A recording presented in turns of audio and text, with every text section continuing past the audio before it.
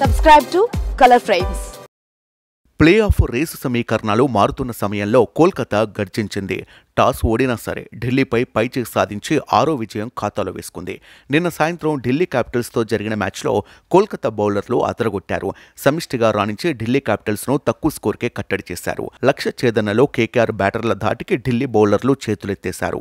Eden గార్డెన్స్లో జరిగిన ఈ మ్యాచ్లో కేకేఆర్ పూర్తిగా ఆధిపత్యం చెలాయించి మరో విజయాన్ని తన ఖాతాలో వేసుకుంది.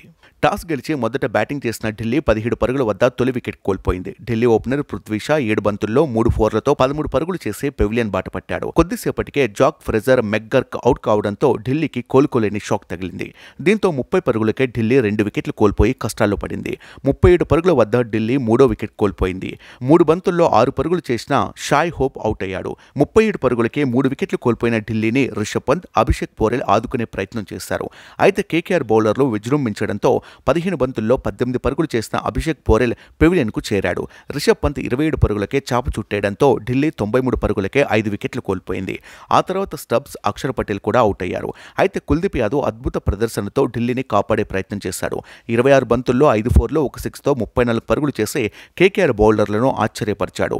బౌలర్ అయిన కుల్దీప్ భీకర పోరాటంతో ఢిల్లీ నిర్ణీత 20 ఓవర్లలో 9 వికెట్ల నష్టానికి 153 పరుగులు చేసింది. కాగా కేకేఆర్ ఇన్నింగ్స్లో సునీల్ నరేన్ ఓ ఫీట్ సాధించాడు.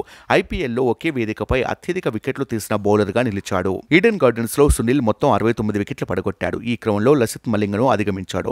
వాంకడే మైదానంలో లసిత్ మలింగ మొత్తం 68 వికెట్లు పడగొట్టాడు.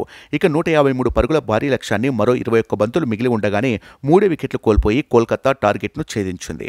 కోల్కతా ఓపెనర్ ఫిల్ సాల్ట్ విధ్వంసానికి ఢిల్లీ బౌలర్లు తలొగ్గారు.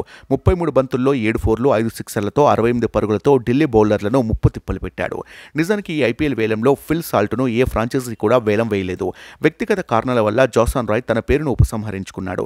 దీని కారణంగా వేలంలో కేకేఆర్ జాసన్ను బదులుగా ఫిల్ సాల్ట్ను రిటైన్ చేసుకుంది. ఇక సునీల్ నరేన్ 15 పరుగులకు అవుట్ అయినప్పటికీ సాల్ట్ ఏమాత్రం ఆలోచించకుండా కేవలం 26 బంతుల్లోనే హాఫ్ సెంచరీ పూర్తి చేశాడు.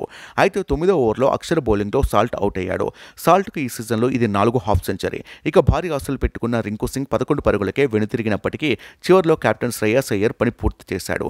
అయ్యర్ 33 పరుగులతో నాటౌట్గా నిలవగా వెంకటేష్ అయ్యర్ 23 పరుగులతో నాటౌట్గా నిలిచి జట్టు విజయంలో కీలక పాత్ర పోషించాడు.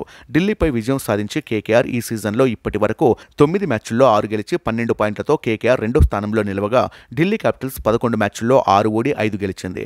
ఇక ఢిల్లీ ప్లే ఆఫ్స్ ఆశలో నిలవాలంటే లీగ్ దశలో మిగిలిన 3 మ్యాచ్లను తప్పక గెలవాల్సిందే. వీడియో మీకు నచ్చినట్లయితే ప్లీజ్ లైక్ చేయండి, షేర్ చేయండి, కామెంట్ చేయండి.